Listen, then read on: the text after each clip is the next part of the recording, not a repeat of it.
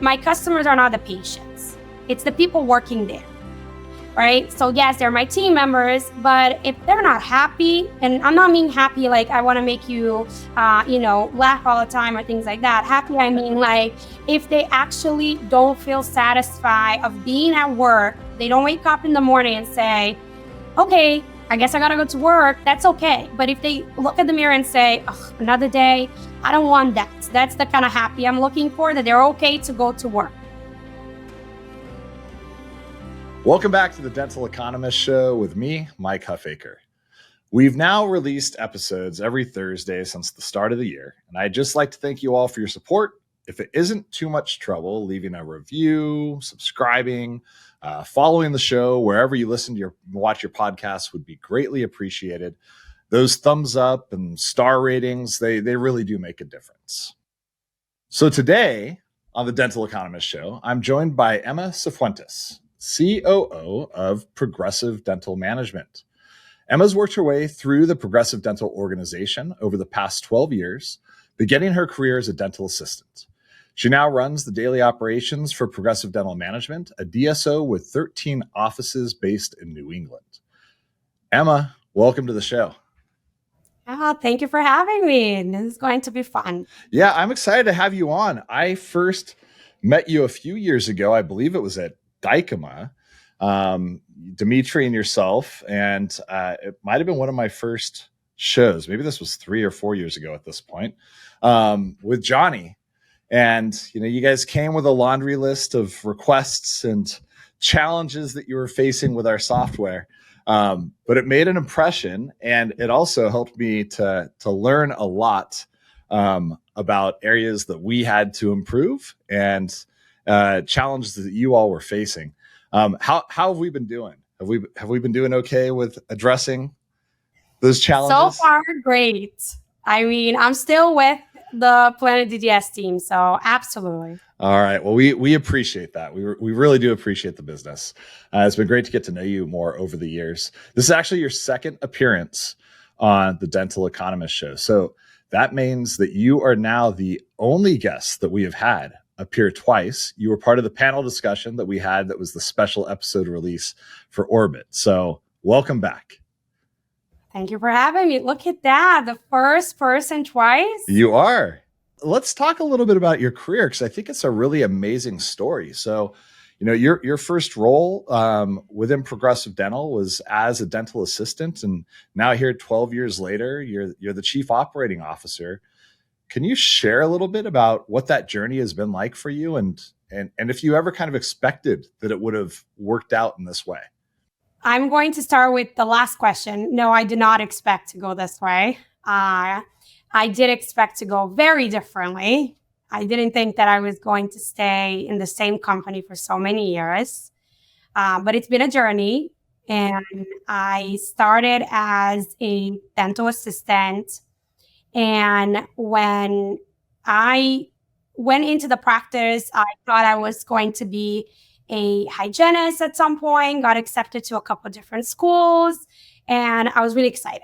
And then as soon as I noticed what they do and how they're just sitting in a chair throughout the majority of the day, I was like, absolutely not. I can't be just in one place.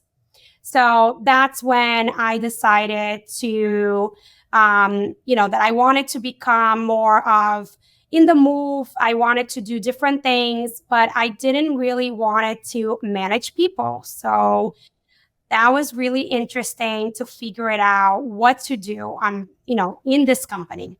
That's when I got my director of operations at that time offered to try out a position as an office manager. And she was like, oh, we can try this out, see if you like it. I'm like, I really don't want to manage people temporarily. So that's how it went to. It was temporarily. It worked out because I told her, I was like, what's temporarily? She said, maybe 6 months, try to turn this office around. So we did that. And I became their first clinical coordinator, started traveling to some of their offices, creating the SOPs, making sure that everything is where it needs to be, infection control. Somehow, some way, got turned back into managing people. got asked if I could do it. And we started with overtime, worked out, so became a director of operations. Then from there, I had every other title that you can imagine. Mr. Dimitri loves to give titles. He made some up. And then we became a real company, and now we have real titles. And that's how I kind of became the CEO, because I was already running the full operations. Yeah, that's incredible. It's a great example of, I think, what a lot of groups go through when they're starting to grow and starting to build. There's not necessarily a super clear roadmap all the time. And you mentioned that, you kind of make up these titles. Well, the titles kind of end up equating to whatever you need in the moment, right? And it's really hard to kind of define that specialty role because you're doing everything. And there's so many things that need to be done. What do you think was the biggest challenge for yourself in this career progression that you've had? You mentioned not wanting to manage people, and now you're a COO and you manage many people. I guess maybe let's do this. How did you get past that? And do you enjoy managing people now? So I think I was always a people's person, but I have a very interesting personality, I like to say. I tend to be more blunt than normal. I don't think I do a lot of sugarcoating. And I think that's why I was so hesitant in the beginning to have to lead so many different people. Because at the end of the day, we're people and we are gonna, not always be the greatest. And the assumption is that, you're in a position where you're going to have to tell those people that you're not doing something right. And because of my personality, I didn't think that was going to be the greatest leader career for me when it comes to dealing with so many people at the same time. And what have you found? I mean, my experience has been, I love when people are straight shooters and when you know exactly where you stand and when they are direct and forthcoming with their feedback, whether it feels good or not at the time, depending on what the circumstance is.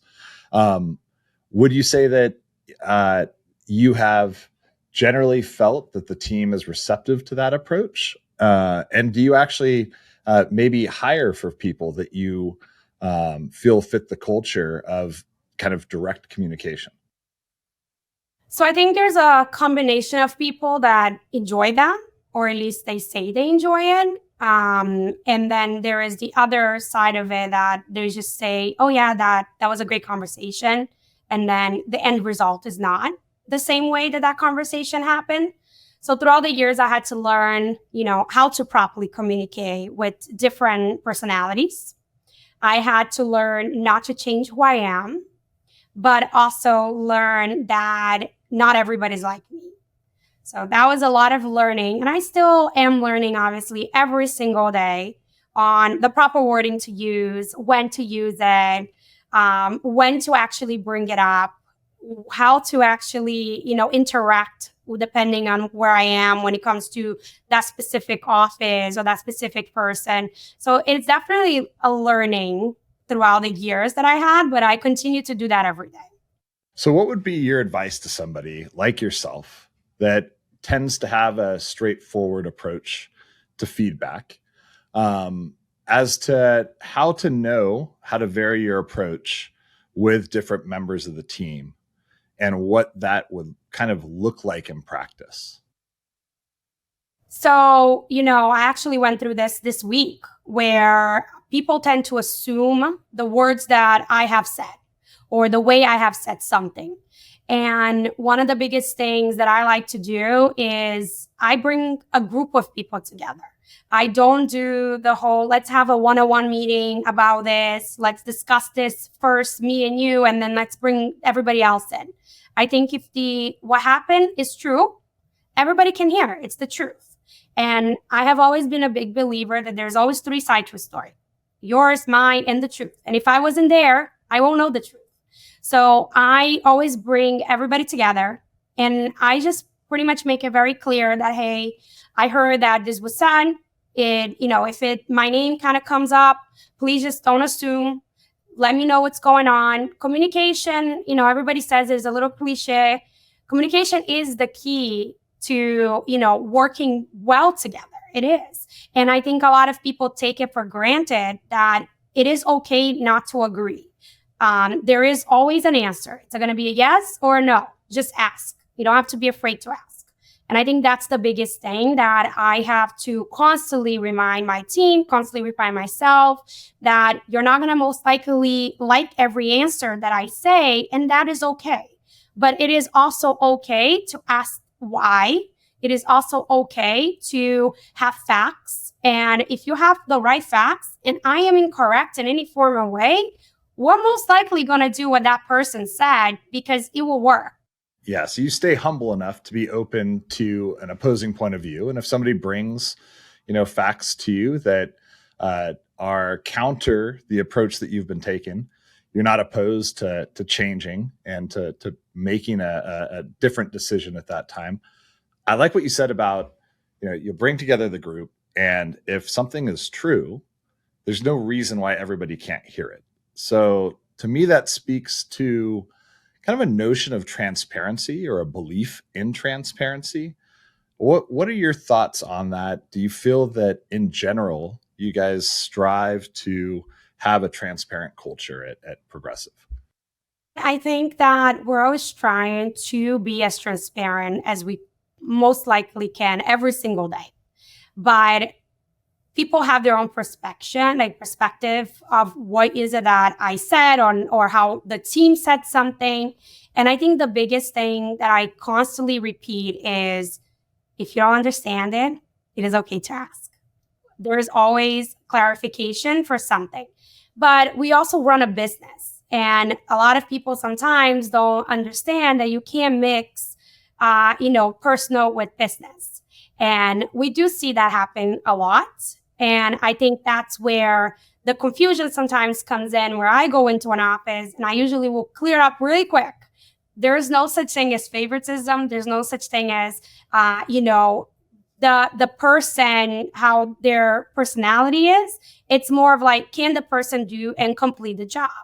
Is this benefiting the business? And, I do believe that when you have clear communication, and we do try to do that all the time, as much as we can, or when we catch that it's not happening.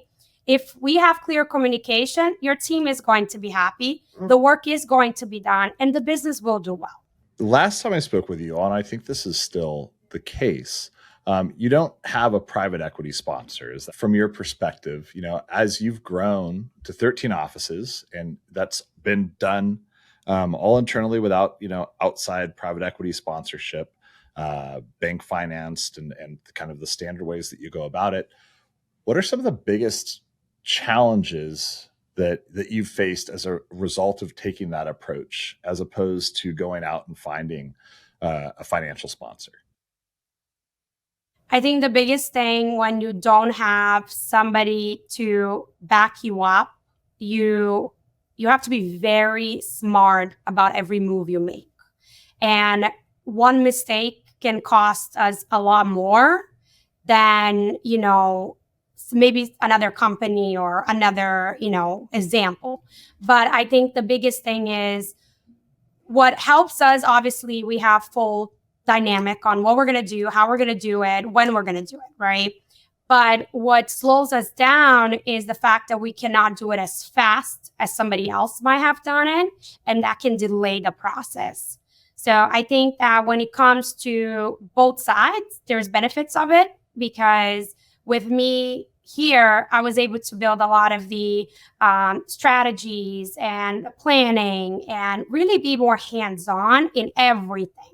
That might be good or that might be bad, but, I take a lot of pride on knowing that the color on the wall in an office, I helped, create, or I'm helping, the manager in office A, or the doctor on office B feels very comfortable calling me. So, and I know everybody's name. So there's not one office that I don't go to that I most likely don't know who is where. So I think that obviously creates a lot of more personable when it comes to it. But I think the biggest challenge is growth. and making sure that you are able to make decisions much faster, but you have so much that you have to think about. So that slows down the process. Yeah, as you all entered 2024, what were some of the goals that you set for yourselves? And as you've kind of been evaluating your progress towards them, how do you feel that this year has been going? It's been an interesting year. I think that I really can't complain about patient base. The population that we serve, we have been doing really well. So that I have no complaints about. I think that one of the biggest challenge we have noticed is just the growth on the new locations after COVID. That has definitely not been the same. We were so used to open an office and be able to grow much faster. There is a lot of competition compared to before. I feel like before there was competition. After COVID, I think there's a dental office in every corner. I have one specific office that I've been there since 2012. And in the past 3 years, there's like 5 more offices almost in the same street, plus the other 7 that was already there. So it's definitely growing and everybody's just putting a dental office in every corner. But a lot of our goals that we established for this year, I have been able so far to accomplish, even though it's like pulling teeth. Sure. But always a challenge, right? That is always a challenge. But, I definitely have seen growth. I have seen some challenges. I think the biggest challenge is definitely labor. That has been a huge challenge. And I think that's for everyone in any different business that they're in, not only dental. Have you found any ways to reduce headcount with systems or technology or otherwise? I know labor is a big challenge. What are some of the approaches that you're taking to solve for that challenge? Yeah, so technology obviously plays a huge part on the growth that we did in 2024. We hire a company called Smile Services. What they offer is a full virtual receptionist / billing department. So that helps a lot on the management side. And then on the office side, that helps with the virtual receptionist. They do everything except being in front of a patient. So that's huge. I think that, I'm biased to it because I like it so much. And it's not because I'm talking to you, but I do like Fluent DTS a lot. I think in the end, there's so much to offer on the software that it does help with, minimizing some of the tasks in the office. So you don't need the overhead to be as much as before. Before you might need 3 front desks. And now, you only need 2 receptionists, but you also have your virtual receptionist. So that helps a lot too. And then with the dental side, I think the fact that you have digital scanning and you also have AI that's doing a lot of the stuff for you. Everything is digital, from consent forms to medical consent. So everything kind of helps where everybody has their own spot. You don't need extra people. So I think that's some of the things that we have adapted. Now, when you're thinking about hiring new team members, obviously in dental, there's a lot of turnover in some organizations, and it's a hard job to continue to keep staffed. When you're going out into the market and you have open roles, how do you differentiate yourself? You just talked about all the different dental practices that are opening up and the ones that are on each corner. It is competitive, and it's competitive for hiring talent as well. What are your thoughts on how you're able to differentiate what you do at Progressive Dental Management when a candidate might be making a choice between yourself and the practice that's just down the road? I think one of the biggest things that we do is we don't have a centralized place where we interview everybody. We really want them to automatically fit into the office where they're going to go to. We don't really put anything extra out there. And the reason why I say this, because a lot of people offer bonus and this and that. I think that if a person is going to choose us, I really want them to choose us. And one of the biggest things I do not have an issue with, and this goes maybe for 90% of our offices, dental assistants and doctors. And we have a lot of doctors sometimes interviewing or hygienists, and they ask us, is there like a startup bonus? Is there relocation? Is this? We don't offer, we have never offered that. And the reason why is because we want them to choose us. It is okay to choose somewhere else, but I am looking for retention when it comes to our providers. And obviously, anybody clinical, I would like for them to stay as long as humanly possible. But, people do leave, and that happens. I think with our receptionist, it's like a 50-50. We obviously had to change a lot in the past years, from what we pay to the benefits that we offer, and obviously introducing a lot more training, making sure that they feel confident in seeing this as a career. I think then a lot of dental receptionists sometimes don't see their job as a career path. Managers, we want to make sure that they also see this as a career path. We offer a lot of internal growth, so people can grow with a company. So I think that's very big for us too. But I really can't tell you, why they choose us and why they would choose somebody else. I do hope they choose us based on the office that we're adding them in, and they like the doctor, they like the team. I do see that a lot. And then I also see a lot of people just choosing because they need a job.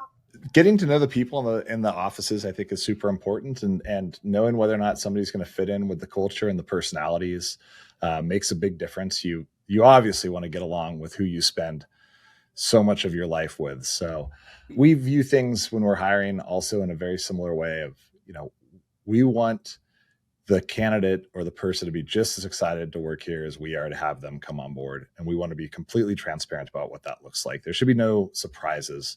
We're not trying to sell somebody. It's like, this is who we are, and this is what we do, and this is why it would be a great fit, hopefully for you. And if it's not, no harm there. And there's other opportunities out there.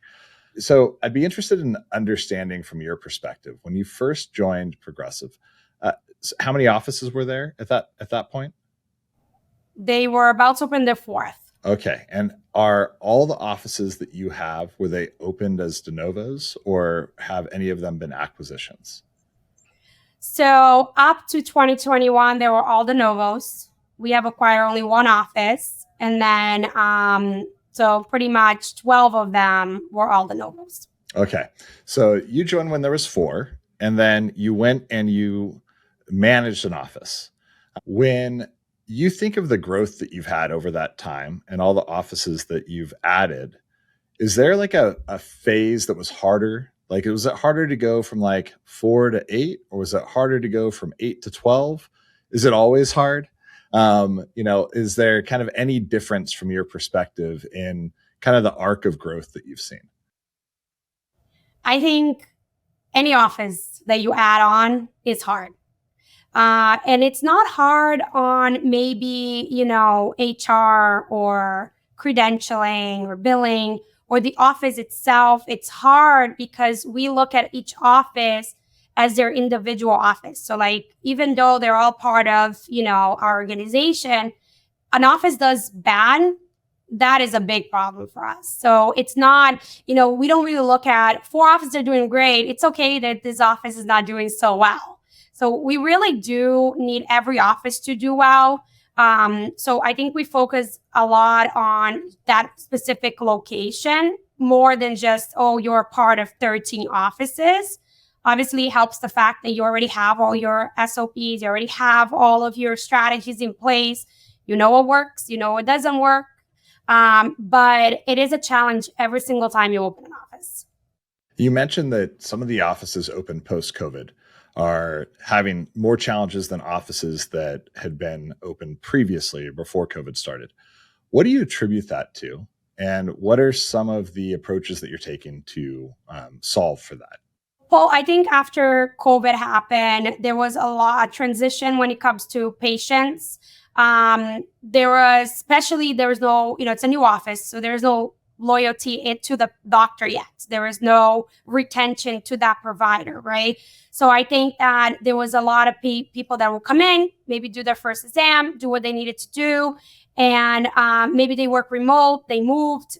We noticed that the retention was not as strong as you usually is for us when we used to open offices. And retention is very important for so many different reasons. But the way I see retention is the more you can retain your patients, the more they're going to talk about you, refer you. And then that's how you gain opportunities with new patients. So the fact that the retention was not exactly where we need to be, I think that's where the change kind of switched from 2020 post-COVID kind of stuff compared to how it used to be when I used to open offices before that. And so if retention becomes an issue, what are some of your strategies to work on improving that? So we changed a couple different things in the office. Obviously, you start doing more marketing because you need more patients in the door. Because you need those opportunities. And then we added a little more of technology into it in the past couple years where we didn't have before to kind of give the wow experience. That has helped in a lot of the offices already.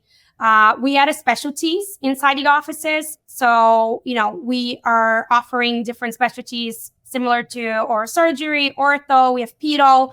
So we were able to add all of those specialties in there. And then we added general anesthesia, hospital privileges. So this way they have a home to come back to. They don't have to go searching elsewhere. There is, even if they have to drive a little bit, they have to drive anyways into the city if they want those services, because it's really hard to get some of the services right away. With us, we were able to stand out a little bit that way. You mentioned that you handle each office is its own independent office, even though it's part of this broader organization and the progressive dental management umbrella.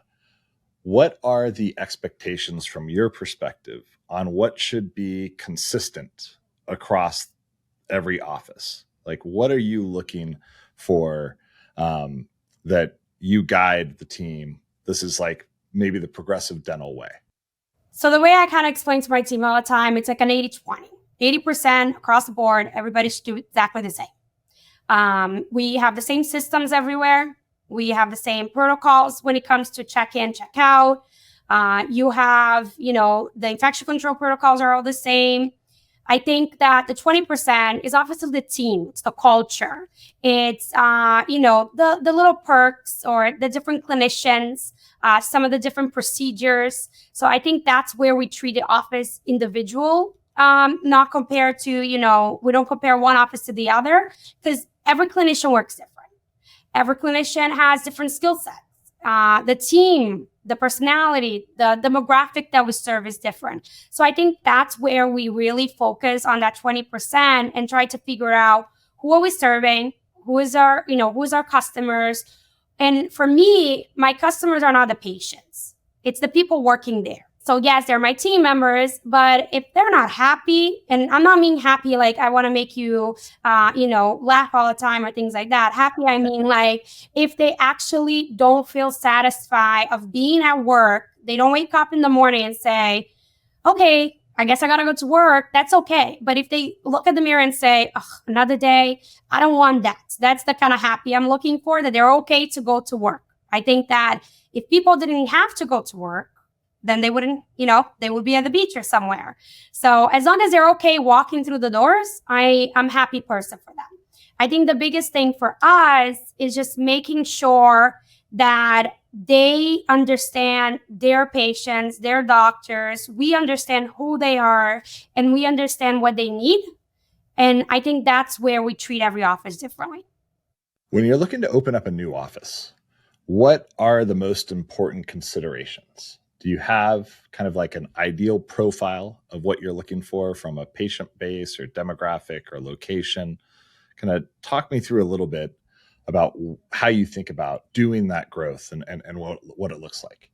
So when we decide to open an office, the CEO, Dimitri, he's actually way more involved. He's like the visionary of it. But then when I get involved into it, it's pretty much when he's like, I think this location is great. And then the questions that I usually ask is why? And some of the things that I'm expecting to hear is who is going to be around me? What is the population I'm serving? Is it a hard place to hire team members? Because there is places where you might put office there, but you're going to take months to hire a hygienist, a doctor, an assistant, team members at the front. So I'm looking for all of that. I'm definitely looking at specialties around in case if I cannot add specialties in that office. And then if there's not enough, that's an opportunity. So I looked at, the distance between the offices too. We have a new rule. If I can't drive, we're not opening there anymore, at least for now. So we also look at that as well. I think that the ideal office, I don't know if it exists anymore. The ideal location, I think that every location can be an opportunity if you have the right clinician, the right team in there that, you can really drive the patients inside your office. So what's most exciting for you as you kind of look forward to the rest of this year and look into 2025? What are the things that you're excited to work on and that you're looking forward to? I think that I had a lot of opportunity to meet some incredible people in the past couple months and, maybe the past year.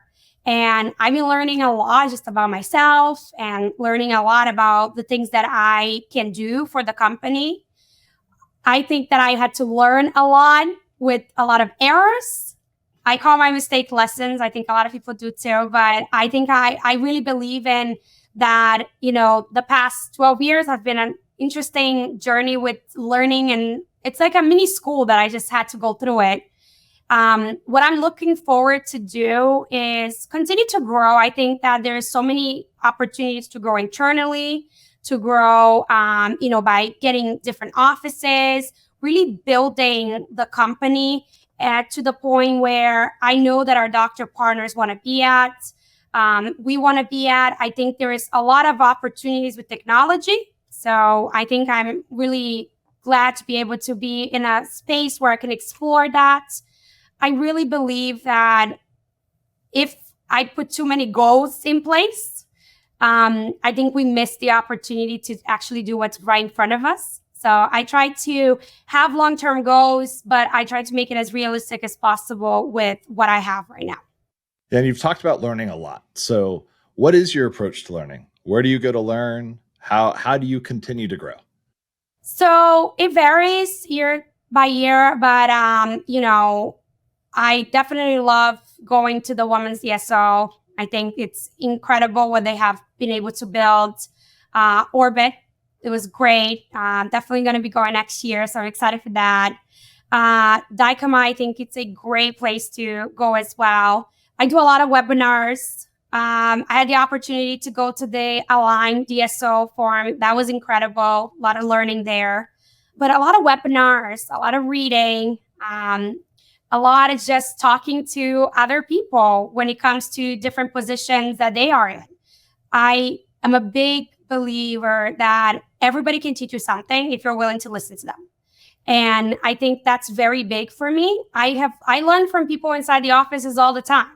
Like I will go in and I see that the reception doing something. I'm like, what did you just do? And they're like, oh, I pressed this and this. I'm like, you can do that? So I think for me, when it comes to the conferences I'm going to visit, those are some of them. But I do learn something new every single day. And then obviously, when you are reading different things, you're able to just go on Google and learn even more. It's a magical window there. Will you be going to Dicoma this year? That's the plan. Oh, awesome. Well, I'm going to get to see you. I will definitely see you there. Are you going to bring a list of things that... No list this time. Okay. All right. List this time. It's not going to be quite the same without the list. Is Dimitri going to be going there as well? I think he's coming with me, yes. Okay, very, very cool. You mentioned women in DSO, and I had Dr. Kaur on a couple episodes back, and it's really impressive, a lot of the things that they're working on. Aside from the conference itself, have you gotten involved in any of the other programs that they run? Yeah, I have. So I had the opportunity this year to have a mentor, and I was super excited because I learned so much. I'm still learning. And then they have tons of webinars, a lot of information that they're constantly sharing. So there is so much that they offer. There's so much more I would like to be part of. So I'm trying to figure out what's next. But I definitely plan to continue to participate on their mentee part of it. I think that they have some incredible people really willing to share so much with you. And I think that's just a gift that I don't think you can have if you are not part of such an organization. That's a great gift. Any tips that you have for somebody that wants a mentor and the appropriate way to kind of manage that relationship and how to get the most value out of it?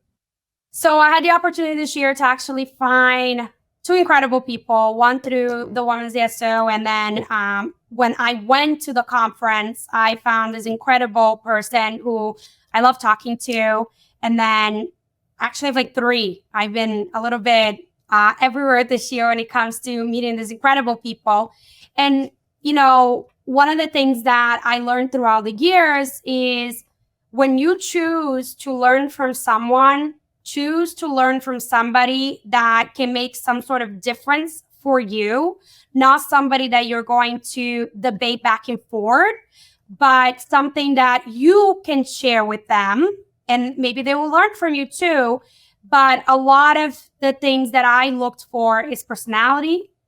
How would I click with that personality? Because learning from someone that does not have the same characteristics as you or personality as you or some of the things that you kind of expect, it's going to be really hard.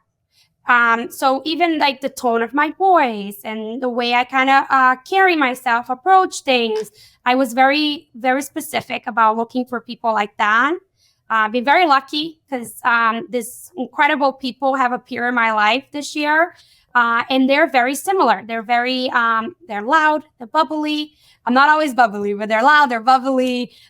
They have their challenges, but they're willing to share and they're raw and they're not fake, humble individuals. So I think when you're looking for a mentor, to kind of summarize your main question is look for somebody that clicks with a lot of your personality and the way you approach the world. I guess last question for you, and this might not be a great question, but I'm curious, you're talking about mentorship. You're the COO of a 13 office group with a lot of responsibilities there. You obviously have a lot of ambition and things that you're pursuing. Any kind of time management tips? How do you prioritize? How do you know where to spend your time and when? I always prioritize the offices. So that's the biggest thing for me. 9 to 5, 10 to 6, however that time that office is open. If they need me, I am available. Now, when it comes to my tasks, majority of your tasks can wait. What can wait is your patients, like your providers, your team members. They're not going to really be as forgiven if you prioritize your to-do lists compared to their problem that they have at that time. But the way I kind of do it is I have a list every single day and high priorities, medium, low. I change them back and forth. And then I kind of go doing that way. I'm on the road quite a bit. So a lot of my time, if I am on the car, is solving a lot of these challenges that might arise or just having conversations and trying to figure it out. I still do a lot of the interviews for the doctors. I think that's very big for us here where, we really want the doctors to know us between me and the CEO. We want them to be able to talk to me originally, know that I'm here to support them. And then the other tasks, I was able to find some incredible people to help me. And, I have a couple of people who have been with me for quite a bit of years. They grew with me. They saw me growing. They saw my challenges. They saw all my falls. So, they were able to hopefully learn from a lot of that. And that helps a lot. So I kind of prioritize my time on the offices and then everything else comes with it. Yeah, I love the approach you all are taking. I love the opportunities that you're giving for the members of the team to grow from within and the way that you're able to support everyone so that they also have opportunities for professional growth as well. It's really neat. Well, thank you so much, Emma. I really appreciate you coming on the show. Thank you for having me. It was such an interesting journey getting here. The Dental Economist Show is brought to you by Planet DDS. To find out more about how cloud-based dental software by Planet DDS helps unleash dentists and their staff to focus on patient care, visit www.planetdds.com.